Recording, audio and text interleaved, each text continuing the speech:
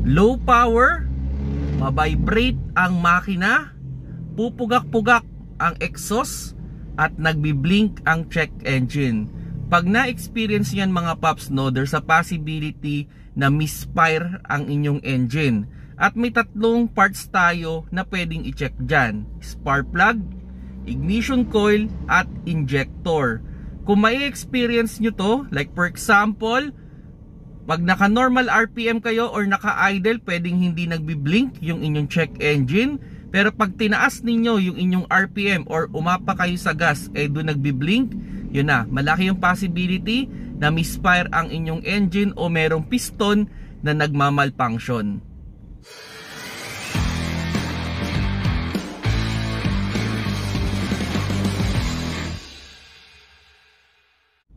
Hello mga paps, I'm Kuya Shane at yun, meron tayong na-receive na question at yun nga, ang kanyang sasakyan nga daw ay low power o mahina daw humatak, nagmi-misfire daw o sorry, nag-vibrate yung kanyang makina at yun nga, pupugak-pugak yung kanyang exhaust o yung lumalabas sa kanyang tambutso pupugak-pugak at nagbi-blink daw yung check engine. Ano daw ba yung mga pwedeng i-check at ano yung kanyang pwedeng gawin?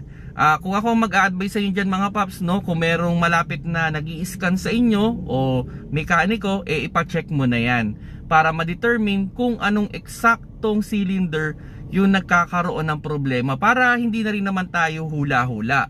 Pero pwede nyo pa rin naman gawin yan, ano, kung sakali man. Yun nga lang, medyo mas matagal yung proseso kasi kung wala tayong scanner dyan. Kasi yun nga, i-check natin dyan is yung ating spark plug, ignition coil, at yung ating injector. Pero bago natin i-check yan, i-check muna natin yung ating wiring. Baka naman may naputol o may nginat-ngat ng daga kaya nagmamalfunction tong tatlong parts na to, no? Pero kaya i-observe muna natin. Okay, kumbaga, sabi natin, tignan natin yung wire, buo ba, end to end, sa ilalim ba, wala ka bang nakikitang nginat-ngatan ng daga na wire? Kung wala, okay, sige, pwede nga nagmamalfunction na yan. Okay, ang una natin i-check dyan is yung ating spark plug. Okay, so pwedeng yung spark plug kasi natin is masyado nang madumi, pwedeng nabalutan ng oil. Okay, kumbaga yung gasket ng inyong spark plug ay may problema na, so kailangan yung palitan yung gasket. At pag nalinis naman yun, pwedeng mag-okay na siya, no? I-observe muna natin ating spark plug, and kung meron man, ano, kung may pamalit, mas okay din. Okay, kung sa tingin niyo naman palitan na yung spark plug ninyo, palitan nyo na. Kasi depende sa spark plug yan, ano?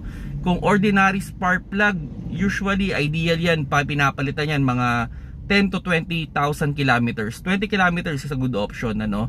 At kung yan naman ay iridium, mga 80 to 100,000 kilometers yan bago pinapalitan. Okay, so initially, ang mangyayari kasi dito, parang tanggal kabit. Okay?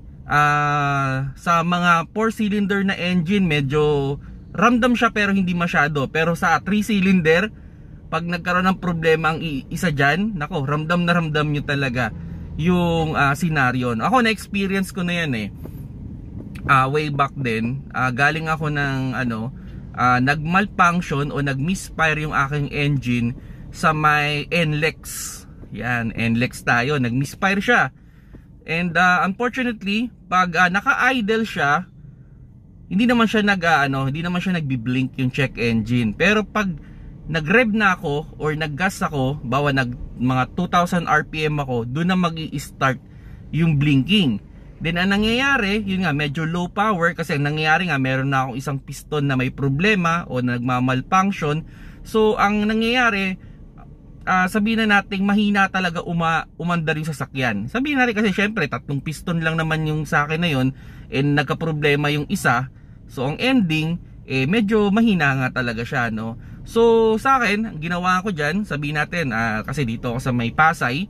Okay, so naitakbo ko pa rin naman. Okay, ang idea lang naman doon, from NLEX, so kalma-kalma lang talaga yung apak sa gas. Actually, nag-blink check engine yun nung paahon ako doon sa Skyway. Talagang in-Skyway ko na talaga yon, yung stage 3, para ang hindi masyadong kargado rin yung makina, hindi ako stop and go, no? So kumbaga, dire-diretso lang yun. And yun, as much as possible, kalma-kalma lang talaga yung apak sa gas. Iniiwasan kong mag-blink yung check engine. Kumbaga mababa lang talaga yung pagagas ko. Syempre medyo kabado ng konti, sana umabot. Although alam ko naman na aabot yun, ano. Pero syempre, pinaka-idea doon is hindi ko dapat mapuwersa. Kasi 2 piston na lang yung nag-work eh.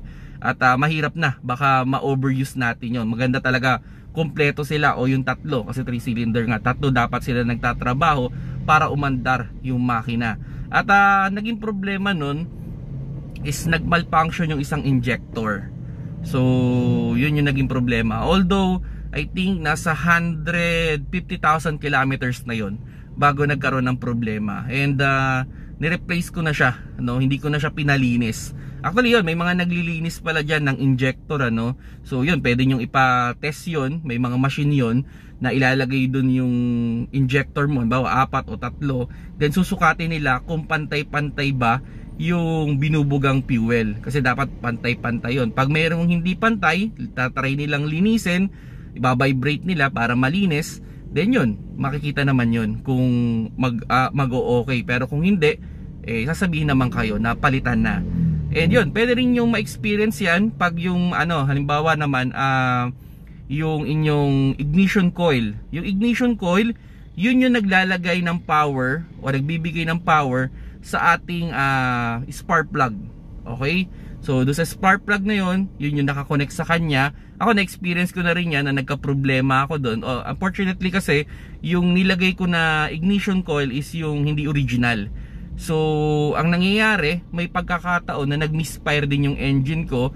Parang umaano siya, parang biglang nawawala ng power yung isang, sabihin na natin yung isang spark plug. Kasi nga, may fake siya. So, all of a sudden, pagtanggal ko, kumalas na. Actually, yun pa nga yung isang scenario, na-picturean ko nga yun. Nangyari, yung pinaka-injector o yung rubber ng injector naiwan pa sa loob at nahirapan pa akong tanggalin, ano. So may mistake, medyo peke kasi nabili ko na yun kasi nga pan-testing lang naman sana yung, kaso tinamad na akong tanggalin. Nakatabi naman yung original ko, so okay naman, wala naman naging problema. Yung nga lang, medyo natagalan lang ako akala ko sabihin na natin mga 30 minutes lang na trabaho, naging 3 oras dahil sa pagtatanggal nung rubber na naiwan, no. Medyo gumamit pa ako ng alambre para mahugot yun. Okay? So yun mga paps, no. Kumbaga, pag kayo ay makaka-experience niyan, mas maganda dalhin nyo na kagad sa mga trusted shop ninyo at ipa-check nyo na yung yan kumbaga, mas maganda syempre kung meron kang item na pan-testing, pero kung wala, nililipat-lipat. Okay? Kumbaga, yung bawa na detect na natin na yung cylinder 1 yung may problema, so pwedeng ilipat dun sa kabila yung injector, tapos ilipat kung lilipat yung problema. So ganun lang naman yung idea, no. So yung mga paps, no, kung makaka-experience kayo ng ganyan scenario, pwedeng misfire yung inyong engine at kailangan yung ipa-check kung ano yung posibleng problema. Like yung nga, sabi ko nga, injector, ignition coil at spark plug. Kung nagustuhan nyo yung video, paki-like na lang mga paps. Sana nakatulong sa inyo to, or nagkairoon kayo ng konting idea kung ano ba yung problema ng inyong sasakyan. Salamat sa panonood. Keep safe mga paps.